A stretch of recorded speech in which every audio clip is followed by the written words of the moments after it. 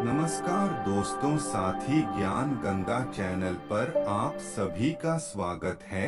आइए मित्रों, यह जीवन क्या है इसके बारे में जानते हैं। अगर आप हमारे चैनल पर नए हैं तो मेरे चैनल को सब्सक्राइब कर लीजिए ताकि जो भी वीडियो हम बनाएं आप तक पहुंच सके। मृत्यु जीवन का अटल सत्य है, यानी जिसका जन्म हुआ है उसकी मृत्यु निश्चित है। पृथ्वी पर आए हर एक जीव को इस लोक को छोड़कर जाना पड़ता है। भगवान कृष्ण ने भी गीता उपदेश में आत्मा को लेकर कहा है कि शरीर नश्वर होता है और आत्मा अमर होती है। यानी मृत्यु के बाद शरीर भले ही नष्ट हो जाता है लेकिन आत्मा जीवित रहती है। अब प्रश्न यह है कि यदि आत्मा जीवित रहती है तो मृत्यु के बाद आत्मा का क्या होता है? इसका जवाब आपको हिंदू धर्म के महत्वपूर्ण और पवित्र ग्रंथ गरुड़ पुराण में मिलेगा। गरुड़ पुराण में भगवान विष्णु के वाहन पक्षीराज गरुड़ पूछते हैं, नारायण, मृत्यु के बाद आत्मा का क्या होता है और आत्मा कितने दिनों के बाद यमलोक पहुंचती है?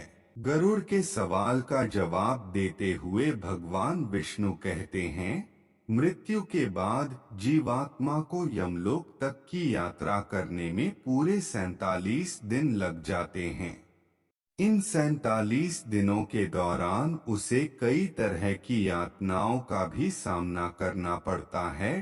भगवान बताते हैं कि जब किसी की मृत्यु नजदीक होती है तो सबसे पहले व्यक्ति की आवाज जाती है।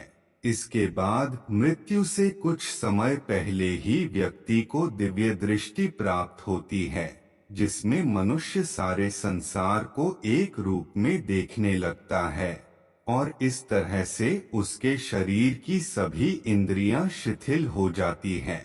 जब व्यक्ति की मृत्यु हो जाती है तो यमलोक से 2 दूत आते हैं और दूतों को देख आत्मा शरीर का त्याग कर बाहर निकल जाती है।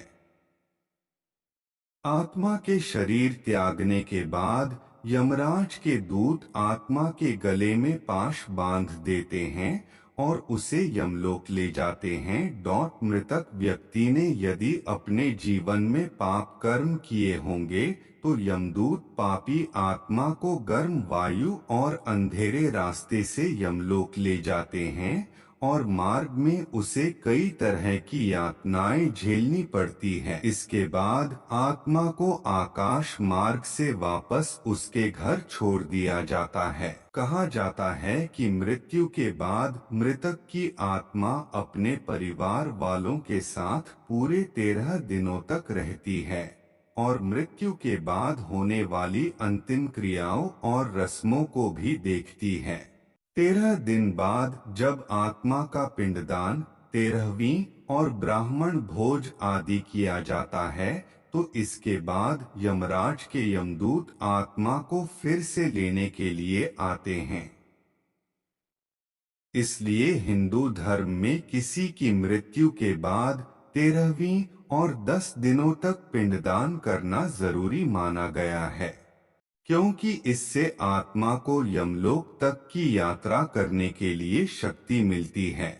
लेकिन इसके बाद भी यमलोक तक की यात्रा आत्मा के लिए आसान नहीं होती है। जब 13 दिनों के बाद यमदूत आत्मा को यमलोक ले जाने के लिए आते हैं तो आत्मा को सबसे पहले वैतरणी नदी पार करनी पड़ती है। इस नदी को गंगा नदी का ही रौद्र रूप माना जाता है। यह नदी लाल रंग की होती है क्योंकि इसमें आग की लपटें निकलती रहती है। नदी पार करते हुए आत्मा को खतरनाक जीवों का दंश भी झेलना पड़ता है। इन नदी को पार करने में पूरे 47 दिनों का समय लग जाता है। लेकिन यदि व्यक्ति ने अपने जीवन काल में अच्छे कर्म किए हो या गोदान किया हो तो उसे ये यातनाएं नहीं झेलनी पड़ती क्योंकि उसी गाय की पूंछ पकड़कर आत्मा वैतरणी नदी को पार करती है।